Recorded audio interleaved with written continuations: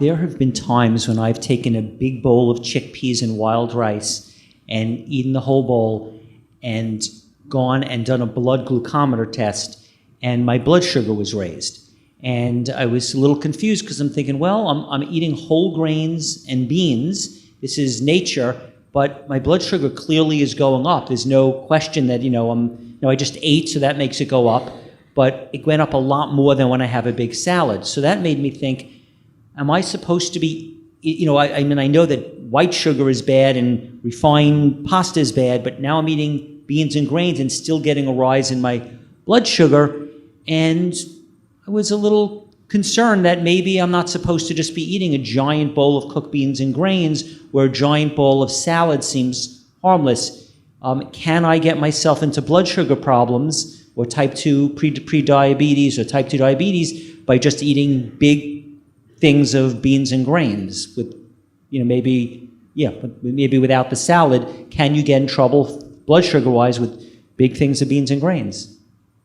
Well, I can take it. I mean, absolutely. And one of the things when we started doing our research in the Marshall Islands, one of the biggest shocks I got was we started, with bowls of barley, bowls of brown rice, and allowing people to take their own. And their blood sugars were through the roof because they took 2 or 3 cups. And so I think, Steve, that what you really want to do is have massive amounts of greens, and the grains and beans are what you sprinkle on top.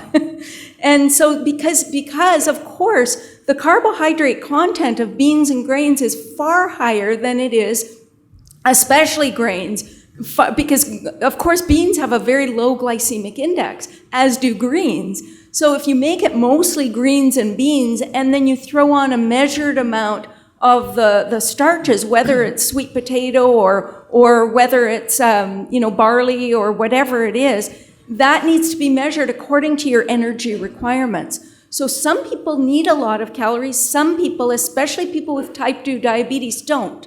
And many times they are quite carbohydrate sensitive. And when you do the non-starchy vegetables and beans as the things that really fill you up and fill your bowl, and put more measured amounts of the more concentrated carbohydrates, I've found it to be much more effective. And so I think that's a reasonable.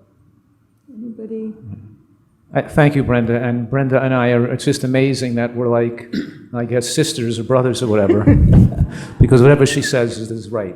But nevertheless, what I'm adding to that too is that Americans are used to overeating all the time. We've been indoctrinated since birth to eat large amounts of food and overeat, and it's been like into our social network that bigger babies, getting puffier cheeks, the cute fatness, shoving food into your baby's mouth, and people are habituated to overeating, and when they go onto a diet, they might overeat on these things. And you can overeat on, so I think that we're saying that when you eat more greens, more salads, more green vegetables, mushrooms and onions, things that are lower glycemic and lower calories, it fills you up to a degree and makes it easier to control your appetites. You're not overeating on the more calorically dense food. So we don't want to overeat on nuts. We don't want to overeat on grains, because we want to keep our calories regulated so we're not overweight, right? And I made the additional point is we even want to undershoot our caloric needs by a little bit.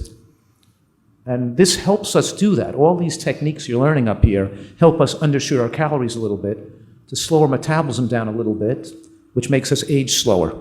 And we already know that if we put up the thyroid, because we slow our metabolic rate, our body temperature goes down. Our respiratory quotient, the amount of calories we lose with breathing, goes down, and our thyroid slows a little bit. And having a little lower metabolism so we can eat less and not get too thin is a way we can age slower and even protect ourselves more. And if I'm putting out that range of free T4, the lowest range to the highest range of the normal range, we know that in the lower half of the normal range, we have half the rates of heart attacks compared to in the upper part of the normal range. So it's beneficial to moderately slow our metabolic rate, which means you moderately eat a little less calories. You don't overconsume calories and stuff yourself to being full at every meal. What you're talking about, Steve. You still could overeat on certain foods, even if they're healthy. So I think all 3 points have been made. I couldn't agree more with. Okay? The best exercise to do after eating is pushing away from the table before you're full. Got to have a little bit of sense of humor about it. But in terms of the diabetic treatment program I have, we really don't include grains or beans until people are substantially healed, minimally with a blood sugar of less than 100 for that reason. And then you can add them, and then if you're more sensitive, then you add less. But grains are a lot more carbohydrate intensive than beans are.